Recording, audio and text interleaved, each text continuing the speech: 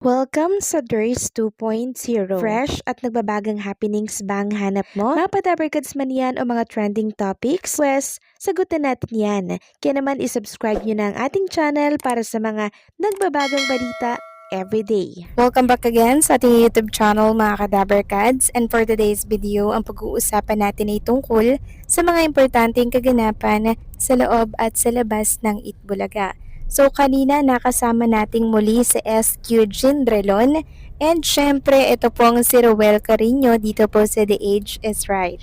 So nakakatuwa lang mga kadabarkads dahil talaga namang nabibigyan na paunti-unti ng exposure itong ilan sa mga SQ natin, kasi nung nakaraan 'di ba sa SQ Samantha Rascal ang nakasama po natin. Tapos kahapon and ngayon si SQ Jin, at sa mga susunod naman po sigurong araw si SQ Eunice, and syempre si SQ Chin. Samantalang hinangaan naman po ang mga taong nagtatrabaho sa likod ng kamera dito po sa programang Itbulaga dahil sa kanilang pagod at dedikasyon sa kanilang trabaho. Ayon nga po kay Direk Choloy TV, saludo sa lahat ng nasa likod ng kamera na walang sawang nagbibigay ng dedikasyon at pagmamahal sa kanilang trabaho. Sila ang tao sa likod ng TBJ Production at ng Itbulaga. Yes mga kadabarkads, hindi po talaga biro ang trabaho ng mga staff and crew dito po sa programang Itbulaga or kahit saan mang live show mga kadabarkads. Kasi syempre kailangan po niyan ng presence of mind, 'di ba? Lalo na po pag nasa live show. Kahapon nga po mga kadabarkads, nakita natin na itong nangyari po sa Sugod Bahay mga kapatid, na yung cameraman po ata mga kadabarkads, hindi po naitapat ng cameraman doon sa eksenang nagaganap sa Sugod Bahay mga kapatid, kasi yung camera ay nakatutok po sa kalangitan mga kadabarkads, kaya ang nakikita lamang ay yung taas, yung puno po. Mga ilang minuto or segundo rin po yun mga kadabarkads, kaya naman si Bossing parang nagtataka anong nangyayari doon sa cameraman. Kaya sabi ni Maine Mendoza, "Hello Direk Pat, are you with us?" So marahil napagod or baka may ginawa lamang po mga kadabarkads saglit.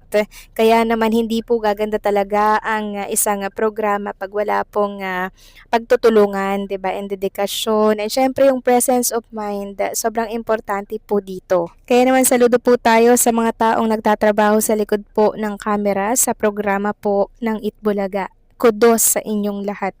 Samantalang reminders lamang mga kadabarkads, ngayong araw po ng Friday, makakasama natin sa by request si Roel Carino, Karen Ice Soup, and syempre si Jean Drelon. Mamaya na po yan mga kadabarkads sa YouTube channel. Yung mga naka-VIP pass po, pwede na kayo mag-request doon mamaya-maya.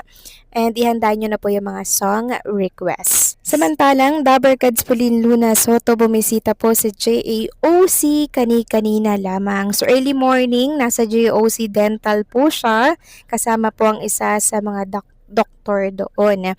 Sabi nga dito, anyone who knows me knows how much I hate going to the dentist. I honestly choose a C-section over a dental appointment, but JAOC Dental completely changed that for me. They made me feel so comfortable, and that is why they're considered the best in the industry. The technology, the service, and the overall experience are just next level. Thank you to our good friend. Ayan po, tinag niya po mga kadabarkads. We are grateful for you. So ito po yung favorite na dental clinic nila Bossing Vic Soto and Pauline Luna Soto, maging ni Maine Mendoza naman and Alan Kay at ng mga dabarkads natin. Dito po talaga sila nagpapa-appoint pag dating sa mga ganitong case, like sa mga ipin, ganyan mga kadabarkads. Medyo pricey pero yung kanila naman pong service ay sobrang ganda. Samantalang kanina naman po nakasama natin sa The Age is Right, ito pong si Dabarkads Ate Gay. Yes, isa po siya sa mga secret agent dito po sa The Age is Right. Siya po yung na-diagnose ng stage 4 cancer mga kadabarkads, and ngayon nagpapagaling na po siya. And alam nyo ba, meron pong isang angel na talaga namang nagtutulong po sa kanya para po matustusan yung mga gamutan niya. Hindi niya po sinasabi ito pero na-anunsyo na po ito sa mundo ng social media. Walang iba kundi po si Heart Evangelista. Siya po yung tumutulong kay Ate Gay. Isa sa tumutulong kay Ate Gay. At sana ay mas marami pa pong mga mabubuting puso katulad po nitong si Heart Evangelista. And ayon nga po dito mga kadabarkads, sa laban ni Ate Gay laban sa cancer, dumaan siya sa 5 cycle ng chemotherapy at kasalukuyang nagpapatuloy sa kanyang immunotherapy. Sa kabila ng mga pagsubok, mas lalo niyang pinatatag ang kanyang pananampalataya at kumapit sa Diyos. Ayon sa kanya, ibinigay ko na po ang aking kaluluwa sa kanyang aking sarili, mapagaling lang po ako. Sa bawat hakbang ng kanyang paglalakbay, patuloy niyang pinapalakas ang kanyang loob sa tulong ng Diyos at ng mga taong nagmamahal sa kanya. Huwag tayong mawala ng pag-asa at patuloy na magdasal para sa kanyang mabilis na paggaling. Yan po talaga yung napaka-importante dito mga Kadaver Cards, yung relasyon natin sa Panginoon. Kasi wala pong imposible sa mga dalangin at prayers natin. At si Ate Gay po ang buhay na patunay na may awa po talaga ang Diyos mga Kadaver Cards. Hindi niya tayo pababayaan. At alam niyo ba ang kwento po ni Ate Gay mga Kadaver Cards kanina ay nagsilbi pong inspirasyon din syempre, 'di ba?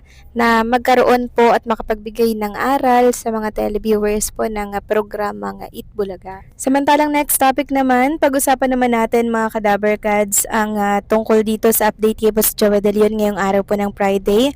Still wala pa rin po siya sa live episode ng programang Itbulaga.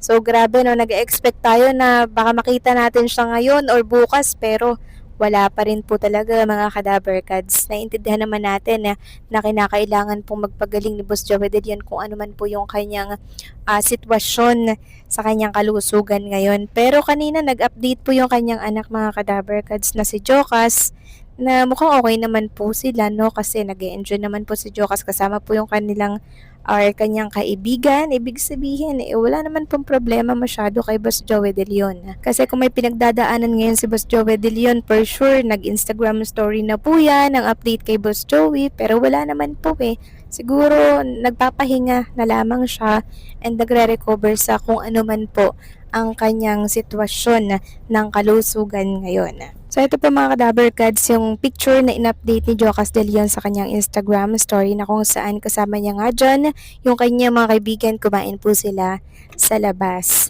Samantalang ito naman po yung dapat nating abangan para po kay Jerome Ibardome mga Kadaver Cards. Mamaya po yung 10 PM sa YouTube channel po yan ni Brian Yamsuan ng Billionaire News Channel. So yes po, mapapanood natin siya, si Jerome Ibardome dito. Sabi nga dito, paano mangharana ang isang King of Rock and Roll gamit ang OPM. This coming Friday, sa hashtag Session with Brian Yamsuan, bibigyang buhay ng The Ultimate Clone na si Jerome Ibardome, ang swabe at iconic voice ni Elvis Presley na may kasamang Pinoy twist. So mamaya po yung 10:30 PM, mamaya po yung gabi. Kaya suportahan natin ito mga Kadaver Cards. Sa mga supporters dyan ni Jerome Ibardome, mapapanood natin siya sa Billionaire News Channel. Mamaya po yan. So paano mga Kadaver Cards, hanggang dito na lamang pong update natin. Maraming salamat sa inyong patuloy na pagsuporta.